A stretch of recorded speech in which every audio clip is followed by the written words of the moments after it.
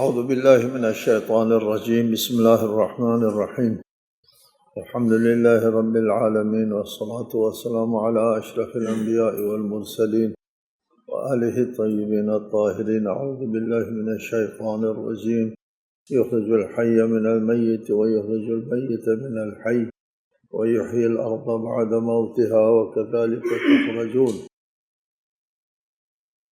اور وہ زندہ کو مردے سے نکالتا ہے اور مردے کو زندہ سے نکالتا ہے، اور زمین کو اس کی موت کے بعد زندہ کرتا ہے، اور اسی طرح تم بھی نکالے جاؤ گے۔ اللہ تعالیٰ زندہ کو مردے سے نکالتا ہے۔ یہاں پر ایک بحث ہے، وہ بحث یہ ہے کہ الحیات من الحیات، زندگی سے بنتی ہے، مردہ چیز سے زندگی نہیں بنتی۔ ابھی تک یہ نظریہ مسلم مانا جاتا ہے کہ الحیات من الحیات، مردہ چیز سے زندگی نہیں آ سکتی۔ پھر یہ زمین کرۂ ارض، ایک زمانے میں یہاں حیات کے لیے کوئی گنجائش نہیں تھی، آگ کا بگولا تھا، اور کرۂ ارض جو ہے وہ آتشین تھا، یہاں زندگی کے کوئی آثار ممکن نہ تھی۔ بعد میں آہستہ آہستہ سرد ہوتا ہے، اور بقول سائنسدانوں کے کہ آسمان کے جو ہوتے ہیں کہکشانوں سے پانی گرتا ہے زمین پر، اور پھر زمین جو ہے وہ ٹھنڈ ہو جاتا ہے۔ یہ لوگ کہتے ہیں کہکشانوں سے پانی زمین پر گرتا ہے۔ ایک حدیث بھی میں نے پڑھی، حضرت علی علیہ السلام سے پوچھا کہ یہ کہکشاں کیا ہے؟ فرمایا یہ جو ہے وہ آسمان کے نالے، پانی کے نالے ہیں، اور یہاں سے طوفان نوح کے لیے پانی بھیجا تھا اللہ نے آسمان سے۔ سائنس والے بھی یہ کہتے ہیں، ہمارے یہاں حدیث بھی یہی ہے کہ اوپر سے پانی گرتا ہے نیچے، زمین کے اوپر پانی گرا اور زمین ٹھنڈی ہو گئی، حیات کے لیے سازگار ہو گئی، یہاں زندگی وجود میں آئی۔ کہاں سے زندگی وجود میں آئی؟ زمین پر زندگی تھی نہیں، اور زندگی آنا زندگی سے ہے۔ سوال اٹھتا ہے کہ زمین پر زندگی نہیں تھی اور اب زندگی ہے، اور زندگی سے آتی ہے، تو پھر زمین پر زندگی کہاں سے آئی؟ قدیم لوگ اس کا جواب میں اللہ تعالیٰ کی قدرت کو رکھتے ہیں۔ یہاں اللہ تعالیٰ قادر ہے حیات پیدا کرنے پر، یہ حیات اللہ تعالیٰ کی طرف سے آئی۔ زمین میں حیات کہاں سے آئی پتہ نہیں چلا، تو اس مجہول کی جگہ اللہ تعالیٰ کو رکھ دیا، چونکہ حیات آنے کی کوئی صورت سمجھ میں نہیں آ رہی، لہٰذا اللہ تعالیٰ نے اس کو پیدا کیا ہے۔ ہمارے بعض محققین کہتے ہیں یہ طریقہ استدلال صحیح نہیں ہے، مجہولات کی جگہ اللہ تعالیٰ کو رکھنا، چونکہ آپ کو پتہ نہیں چلا لہٰذا اللہ نے کیا ہے۔ پتہ چل جاتا اور پھر اس کے بعد اللہ کی ضرورت نہیں رہے گی، اس کا مطلب یہی ہوتا ہے۔ یہ طریقہ استدلال صحیح نہیں ہے، مجہولات کی جگہ اللہ تعالیٰ کو رکھنا درست نہیں ہے۔ کل کو بہت سے مظاہر طبیعت کا انسانوں کو پتہ نہیں تھا، وہ اللہ کے ذمہ ڈالتے تھے، اب جب پتہ چل گیا تو پھر کیا اللہ کی ضرورت نہیں ہے؟ اللہ تعالیٰ یخرج الحی من المیت، اور زندوں کو میت سے، مردے سے اللہ تعالیٰ پیدا کرتا ہے۔ وہ کس طرح پیدا کرتا ہے اس کا انسان کو علم ہونے لگا ہے، علم ہونا شروع ہو گیا ہے۔ اس کا پہلا قدم کہنا چاہیے، سن 2000 میں اعلان ہوا تھا کہ زندگی کا سربستہ راز منکشف ہو گیا۔ وہ اس طرح کہ انسانی وجود کے اندر جو سیل ہے، سیل میں جو ڈی این اے ہے، ڈی این اے کے دو لڑیاں ہیں، دو لڑیوں میں 3 ارب سالمے موجود ہے، 3 ارب سالمے ڈی این اے کے لڑیوں، 3 ارب سالمے منظم طریقے سے آپس میں جڑ جاتے ہیں، وہاں سے زندگی کی کرنٹ آ جاتی ہے۔ اس کا انکشاف ہوا ہے۔ اس سے یہ جو انکشاف ہوا ہے کہ زندگی جو ہے وہ انسان کے اندر موجود جو سیل ہے، سیل کے اندر جو موجود ڈی این اے ہے، ڈی این اے کے جو 2 لڑیاں ہیں، ان 2 لڑیوں کے اندر جو 3 ارب سالمے ہیں، ان 3 ارب سالموں کے باہم منظم طریقے سے مربوط ہونے سے زندگی آتی ہے۔ چاہیے زندگی کی کرنٹ آ جاتی ہے، زندگی شروع ہو جاتی ہے۔ اس کا مطلب یہ ہوا کہ ہم کہتے تھے زندگی کہاں سے آئی؟ زندگی سے آنا ہوتی ہے، مردے سے زندگی نہیں آتی۔ ابھی سمجھ میں آیا کہ انسانی سیل میں زندگی پلتی ہے، زندگی انسانی سیل میں پلتی ہے۔ ہمارا ایک بہت بڑا فلسفی گزرے ہیں، ملا صدرہ۔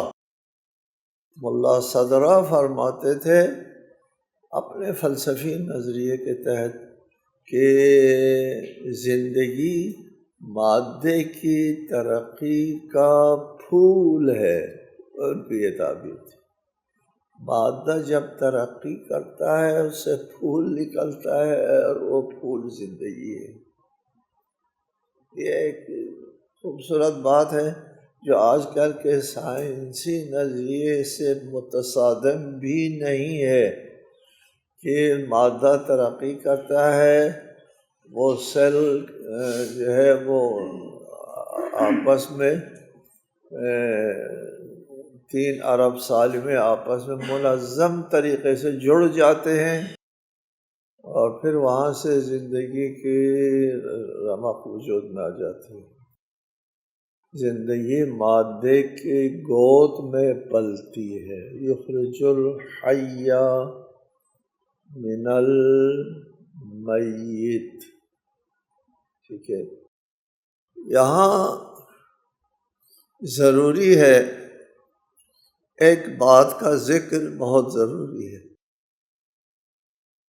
وہ یہ ہے کہ لوگ کہتے ہیں کائنات اتفاقاً از خود وجود میں آئی، کسی بنانے والے نے نہیں بنایا، کسی عقل و شعور کا ساختہ و بافتہ نہیں ہے یہ کائنات، ایسے اتفاقاً دھماکہ ہو گیا، اور یہ طبیعت جو ہے اس نیچر کے اپنے تقاضے ہوتے ہیں، اس کے مطابق جو ہے وہ خود بنتے چلے گئے، کوئی بنانے والا نہیں۔ چلیے،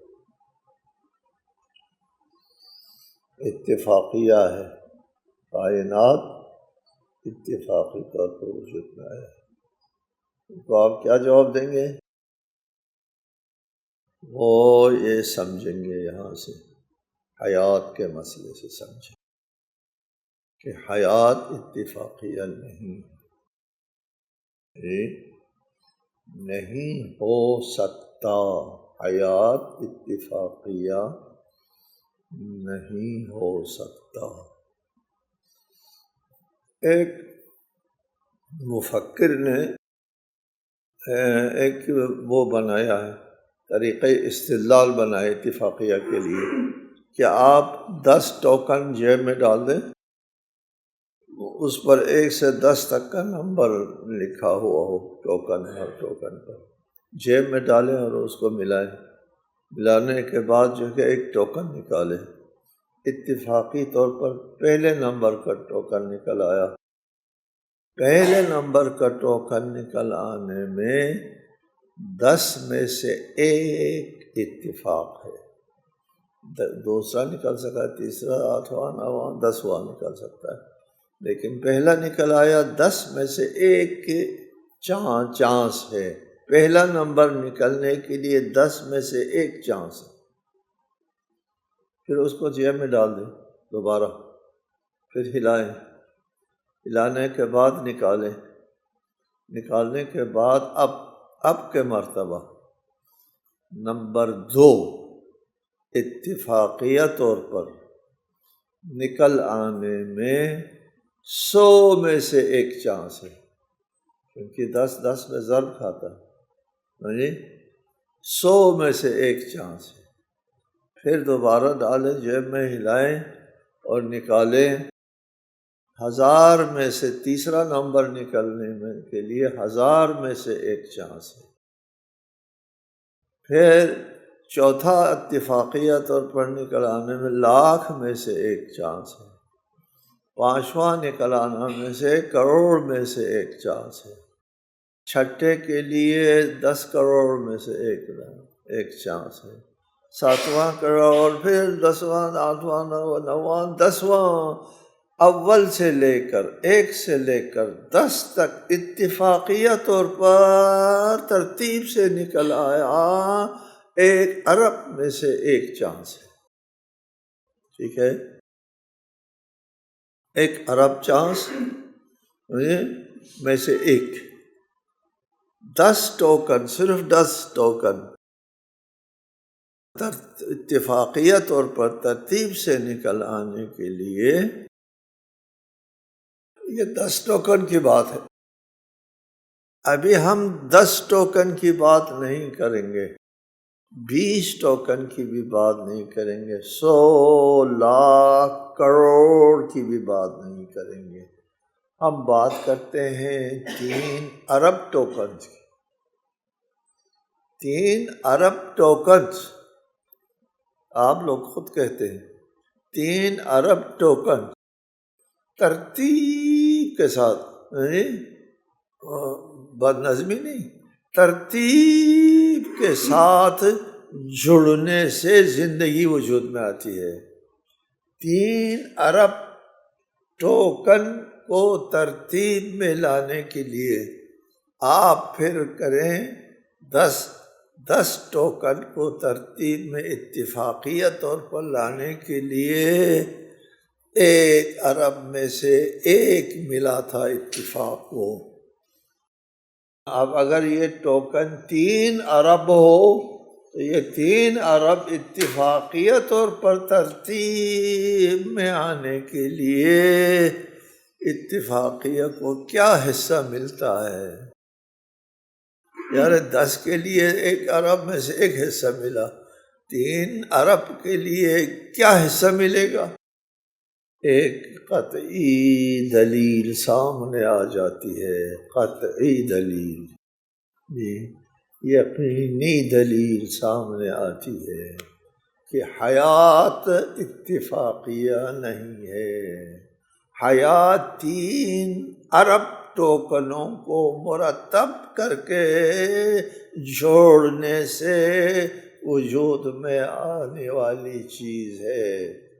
3 ارب سالی میں تعداد نہیں، مرتب ترتیب کے ساتھ، ایک ترتیب کے ساتھ جڑنے سے حیات وجود میں آتی ہے۔ لہذا حیات، خود حیات اللہ تعالیٰ کے وجود کے اوپر یقینی اور واضح دلائل میں سے ایک دلیل بن جاتی ہے۔ مجہولات کی جگہ اللہ کو نہ رکھو، معلومات میں آؤ، زندگی کیسے بنتی ہے پر بحث کرو، یہ زندگی اس طرح بنتی ہے، دلیل اور مضبوط سامنے آ جاتی ہے۔ اللہ کو مجہولات کی جگہ پر نہ رکھو، معلومات حاصل کرو۔ اگر معلومات نہیں ہے تو آپ خاموش رہیں کہ جی معلوم نہیں ہے، کہو۔ یخرج الحی من المیت، مردے سے حی زندہ کو نکالتا ہے۔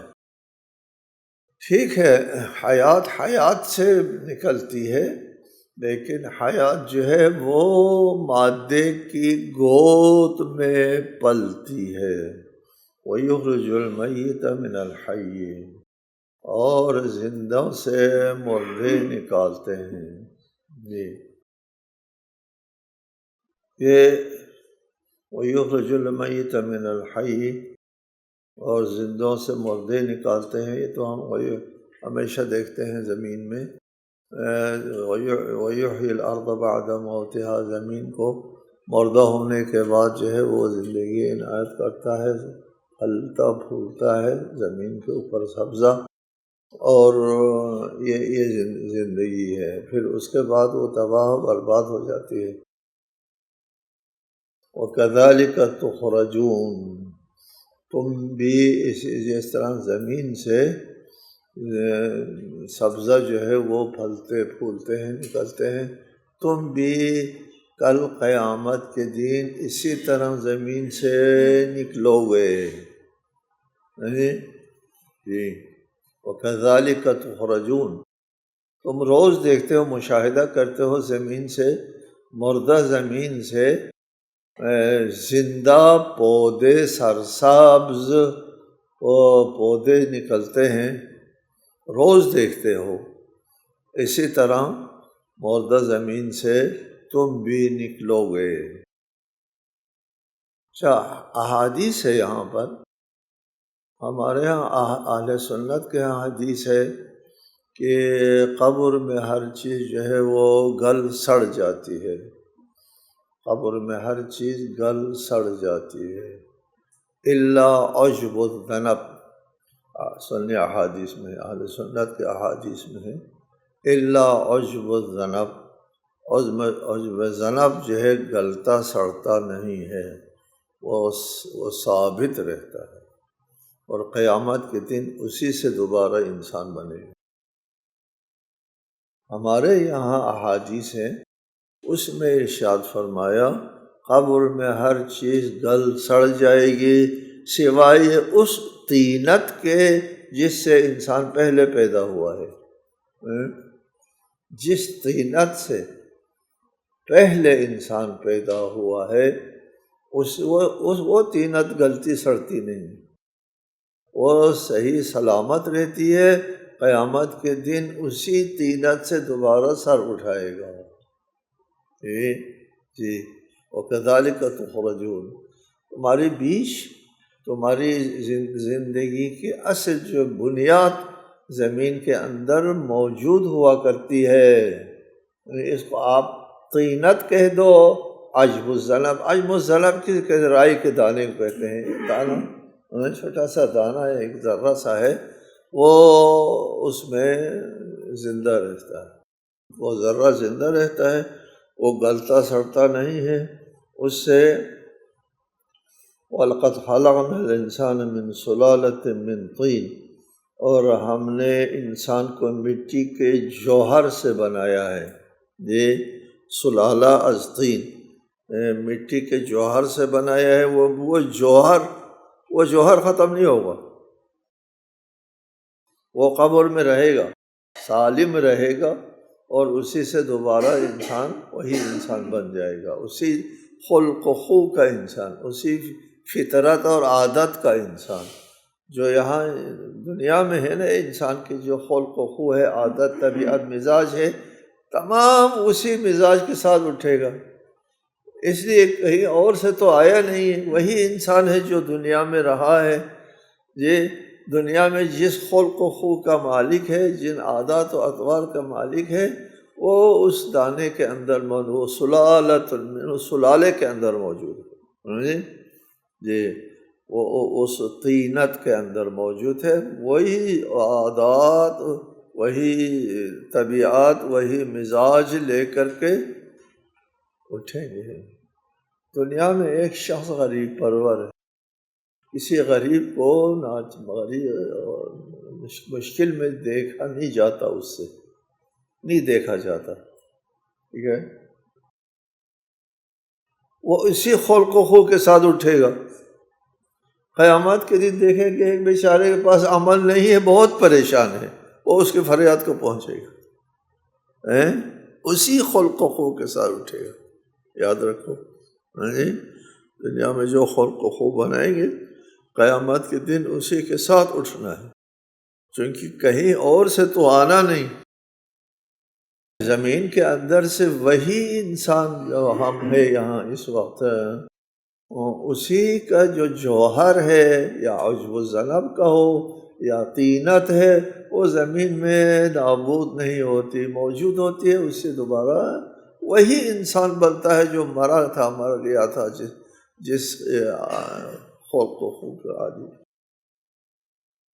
وَمِنْ آيَاتِهِ أَنْ خَلَقَكُم مِّن تُرَابٍ ثُمَّ إِذَا أَنْتُمْ بَشَرٌ تَنْتَشِرُونَ، اور اللہ کی نشانیوں میں سے ایک یہ ہے کہ اس نے تمہیں مٹی سے بنایا، پھر تم انسان ہو کر زمین میں پھیل رہے ہو جی۔ انسان یہ بے جان عناصر سے وجود میں آیا ہے، اس کی بات ہو گئی۔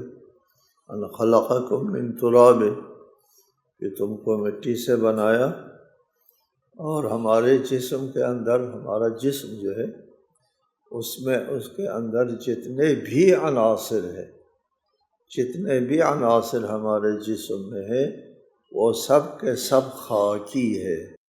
زمین کے اندر موجود عناصر میں سے ہمارے جسم میں آیا ہوا ہے۔ مثلا لوہا، اس عناصر میں سے ایک عنصر لوہا ہے، ہمارے جسم میں لوہا بھی ہے، لوہا بھی ہمارے جسم کے اندر موجود ہے۔ ہم کہتے ہیں کہ اگر جسم سے لوہا نکالے تو ایک کیل بن جائے گی، ہمارے جسم میں جو لوہا ہے اس سے ایک کیل بن جائے گی، اتنا لوہا موجود ہے۔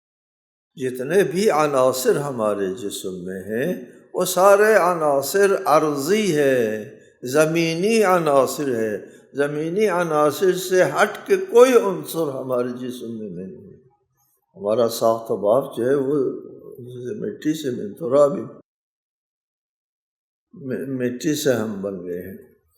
اور یہ اللہ کے وجود کے دلائل، اگر لوگ منکر ہیں اللہ نہیں ہے، ان کے لیے وجود کے دلائل، اگر لوگ اللہ کے ربوبیت کے منکر ہیں تو ان میں اللہ کے رب ہونے کے دلائل ہیں۔ لوگ اگر اللہ کے اس کے منکر ہے، مدبریت کے منکر ہے، اللہ مدبر نہیں ہے، تدبیر جو ہے وہ ہمارے وہ شریک لوگ کرتے ہیں، یہاں بھی ہے لوگوں کہتے تدبیر کائنات اللہ کے پاس نہیں ہے۔ تو یہ آیات ہے ہمارے اللہ تعالیٰ کی، اللہ مدبر کائنات ہے۔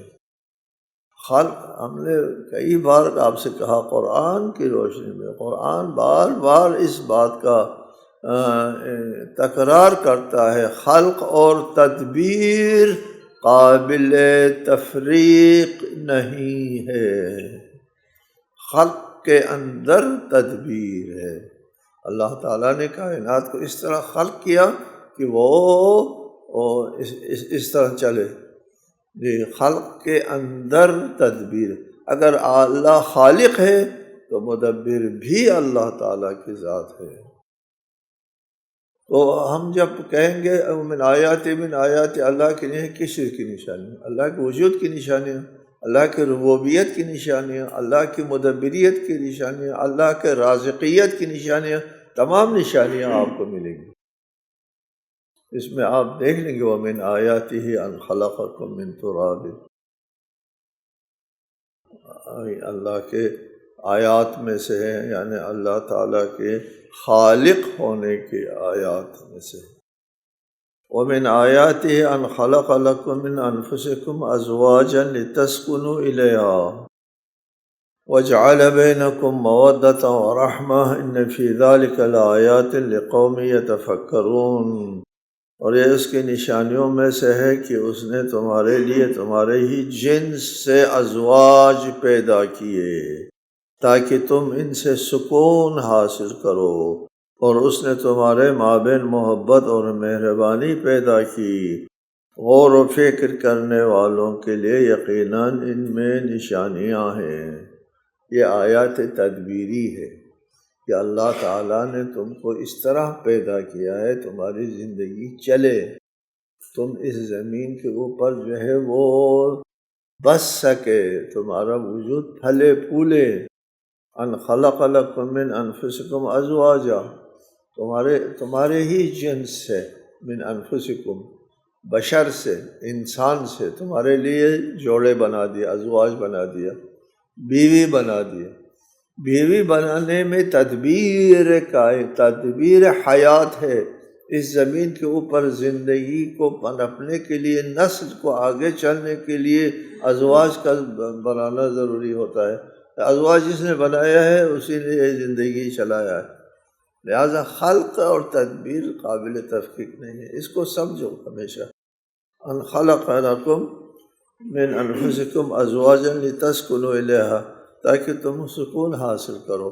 مرد کے بغیر زن، زن کے بغیر مرد کو سکون نہیں ملتا، زندگی بنتی نہیں ہے جی۔ وَجَعَلَ بَيْنَكُم مَّوَدَّةً وَرَحْمَةً، اور آپس میں ایک دوسرے کے ساتھ محبت اور مہربانی۔ یہ تدبیر حیات کے لیے محبت اور مہربانی ضروری ہے جی۔ ان فی ذلک لآیات لقوم یتفکرون، اس میں ان لوگوں کے لیے اللہ کی تدبیری نشانیاں ہیں جو غور کرتے ہیں، فکر کرتے ہیں، سوچتے ہیں۔ السلام علیکم ورحمۃ اللہ وبرکاتہ۔